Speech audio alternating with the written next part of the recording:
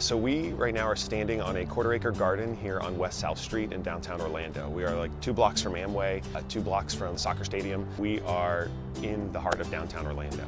This garden is a part of Growing Orlando's mission to increase food accessibility within the city, within the neighborhood, through a lot of different mission points, but it's something that we saw. We didn't want to start a garden outside of the city. We really wanted to meet people right here in the heart of it. The city approached residents in the community and asked us if we'd like to start an urban community garden. I told them sure, because I have a farming background. I started farming with my father in Tennessee when I was about 6 years old. So it's a natural transition for me. I didn't think you could have an urban garden. This is considered a food desert. We brought some green to the food desert. It's humbling to me. People telling me you're a legend in the community. I said, what is a legend? I'm just doing what I know how to do.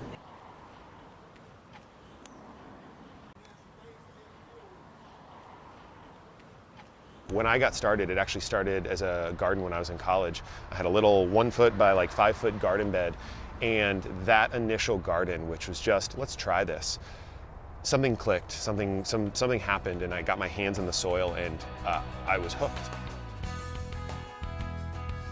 A lot of people have this history of growing, and I grew up growing with my grandparents back in Georgia, back in all these different places, and so there's this connection that a lot of residents already have with growing food.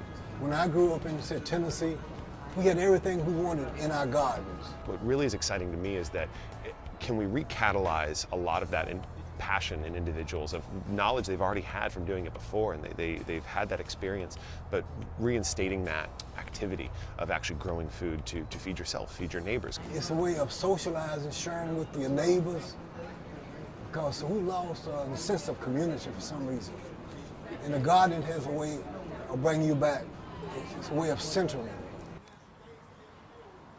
If we bring young people in, we're teaching them just farming techniques. They get excited about it. They really want to participate. For the kids' garden, we go weekly and we work with the kids to help them run and kind of maintain their own garden. So it is entirely theirs. We are just kind of there as like mentors to kind of help them go through that process. And it's really cool to see them get excited about different things that are growing in the garden and things that are being pulled out of the garden. We had a little girl in the garden once, and I asked her, I said, do me a favor, pick that weed up. And it wasn't a weed, it was a carrot.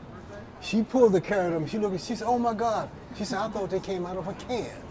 Education, that's part of what we're doing, educating children. When they plant a seed, they watch it grow. That is significant as far as I'm concerned. And the smiles on their faces. We'd love to see them take this to another level.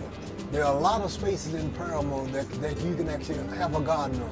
There's no reality in which everyone in the world's growing their own food. There's a lot of people who just don't want to, or find it difficult, or can't because of their environmental situations, living in a city, high skyrise. But I think a lot of people actually have the ability to. Growing food is a very affordable thing to start doing, and it can offset a lot of food costs, especially if you're growing things that are typically high-value items in the grocery store.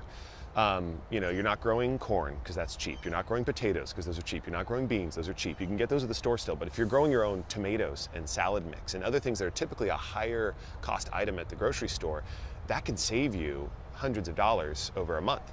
Combined with individuals that are on SNAP EBT at the farmer's market, they take SNAP, which is great for all the food vendors, but then Florida currently has a double your dollar program. So individuals are able to take their SNAP dollars, and if they're buying from a Florida grower, they're able to double that. And so this is an amazing opportunity both with the market, both with encouraging people to grow for themselves.